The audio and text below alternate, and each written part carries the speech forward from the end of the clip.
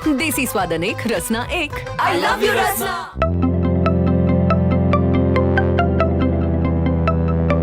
रसना की खट्टी मीठी यादें आपको जरूर याद होंगी। एक ऐसा दौर था जब भारत में विदेशी ड्रिंक्स का ही दबदबा था। थम्स अप से लेकर लिम्का काफी महंगे दामों पर बिका करती थी। उस दौर में एक ऐसा सॉफ्ट ड्रिंक ब्रांड आया जिसने अपनी एक अलग पहचान बनाई।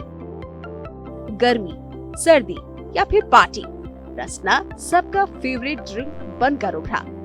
लेकिन क्या आप जानते हैं कि रसना की शुरुआत करने वाले कौन शख्स थे?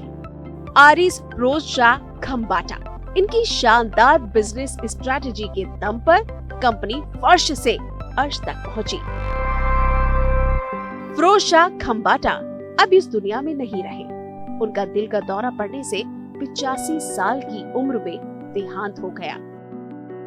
लेकिन क्या आप नहीं जानना चाहेंगे कि एक स्टार्टअप के तौर पर शुरू हुआ रसना कैसे 60 देशों तक में लोकप्रिय हो गया? चलिए जानते हैं रसना के ब्रांड बनने की पूरी कहानी। साल 1976 में अहमदाबाद के खम्बाटा परिवार ने ready to serve soft drink बनाने की शुरुआत की और इसे जाफे के नाम से लॉन्च किया गया। कुछ ही समय में परिवार की दूसरी पीढ़ी आरिस फ्रोज़शाह खम्बाटा ने पाया जाफे ब्रांड के नाम से लोग खुद को कनेक्ट नहीं कर पा रहे हैं।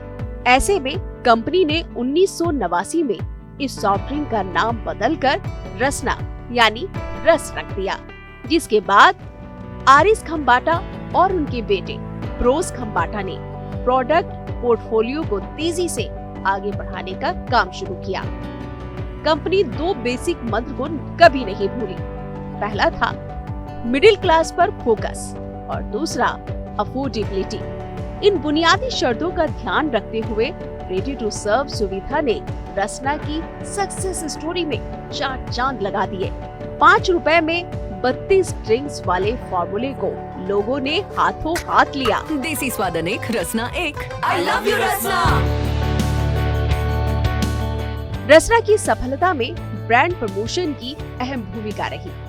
1980 में रसना के कमर्शियल की पंच लाइन थी आई लव यू रसना और पहली रसना गर्ल थी अंकिता जवेरी, जो आज दक्षिण भारतीय फिल्मों की हीरोइन है। आई लव यू रसना की टैग लाइन ने ब्रांड बिल्डिंग में बेहद खास रोल निभाया।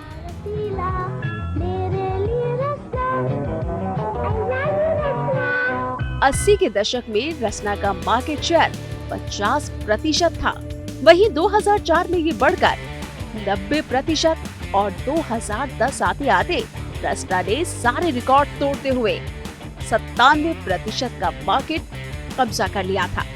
लेकिन इसके बाद रसना की बाजार पर पकड़ कमजोर होने लगी। 21वीं सदी आते आते रसना की पॉपुलैरिटी में काफी कमी आ गई और मार्केट पर दूसरे ब्रांड्स हावी होने लगे।